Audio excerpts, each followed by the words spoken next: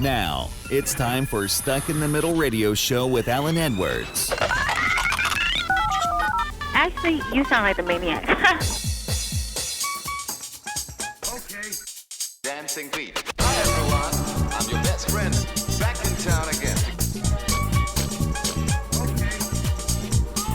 Hi, everyone. So what do you think of Mr. Andrew Yang leaving the Democratic Party and going as an independent? A lot of people's feedback already is that they feel that he's just full of sour grapes because he didn't win anything in the Democratic, either the presidency or the governor of New York, and now he's just acting out. I don't know if that's the case. I'm not sure if it's something where he's just trying to get more attention. Hopefully he's trying to move some people to the middle. And I love that because that's where I am. And I'm going to be staying here because a two-party system in this country for centuries, well, for decades and decades at least, really has not been working. We're stagnating, and not only that, but now it's getting worse. We're becoming some kind of it's getting close to a civil war, if you will, and social media is not helping. And getting to that point, Facebook really got a slap this week regarding the whistleblower, and then they somehow went down Monday after this whistleblower. I don't know what happened there. My personal opinions was that they were hiding a lot of stuff, and it took that downtime to do it. But anyways, that is my personal opinion. And social media has a lot to do with what's going on in this country, and Facebook and definitely Twitter has a lot to do with the anger and the fighting back and forth with these two parties. So these two party systems, something's got to be done. And hopefully, Andrew Yang is going to be able to get the Yang Gang in the center and make this party something that's going to be able to be competitive with the Democrats and the Republicans. Because I'm actually surprised that more millennials are not independents. Millennials seem like they would be independent. It seems like that's just the type of people that they are. They're their own people.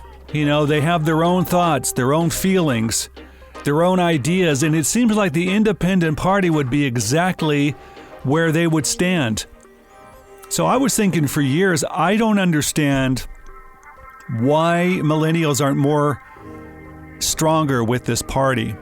They seem to still keep going to either Republican or definitely Democrats. But me personally, I think that the independent party needs to grow. It needs to have more of an appearance with a lot of things that have been going on in this country, especially for the past 5 to 10 years. And it needs to be a more stronger surge and have a more presence in what's going on in this wacky wide world. So I don't know if Andrew Yang is going to be a big part of this and start making people think maybe that party is a party that we need to start thinking about. I hope that's the case because my neck is getting tired. I'm getting whiplash just going back and forth on what's been happening with this Democratic Party and Republican Party fighting back and forth. And honestly, I'm sick and tired of it. And I hope a lot of other people are too. And when people get sick and tired of something, there needs to be a change. So hopefully, this major announcement that Mr. Yang did on Monday, maybe that'll kind of make people think, you know what, something needs to be done. And maybe this is one of those things. So I was listening to Andrew Yang's, he did an interview on CNN, and he said a couple of things, why he left the Democratic Party, and what he plans on doing as a part of the Independent Party now that he's a part of it. Listen to this. Polarization is at record high levels in the United States. Political stress is approaching civil war levels. And the question is, how can we bring the temperature of the country down? and I want to be the metaphorical wet blanket for the country. But I'm bringing not just, hopefully, some kind of soothing words, but an actual policy fix that will help bring the temperature of the country down by changing the political incentives of our leaders. Because right now, if you're a member of Congress, your job is to please the 20% most extreme on either flank of the population. What we have to do is change it so that you have to try and appeal to 51% of the population, and that would bring the temperature of the country down very, very quickly, almost overnight. So he sounded pretty good. He had some convincing points to make there. One of the things that I think he made he made a mistake on is he said he wanted to be the metaphorical wet blanket. I don't think he meant to say that. I think he meant to say something else. But hey, maybe he might be the wet blanket for the Democratic Party now that he's leaving. So I hope he does make a big impact on the Independent Party. I think this party needs to grow, at least take something away from both parties and make these parties start thinking, you know what, we got to stop this bickering. One of the things that really frustrates me is the infighting in the Democratic Party. I don't get that. I don't understand it. That's got to stop. I mean, the power of the Republican Party sticking together is one thing of why they get their way all the time. A lot of people say, I don't understand why Republicans always get their way. It's because these people as a party do stick together. You very rarely see any Republican member of Senate or Congress say anything against the party no matter what. And believe me, there's a lot of things wrong and a lot of things wrong that they have done, but still they stick together. President Joe Biden can't even get his bill passed without Democrats fighting with each other. Democrats wanting this and that. Infighting is just not a good sign for a party, let alone having to put up with the Republican Party, fighting with them, but then fighting within themselves. It's just a disaster. It's a recipe for disaster, I guess that's what I'm trying to say.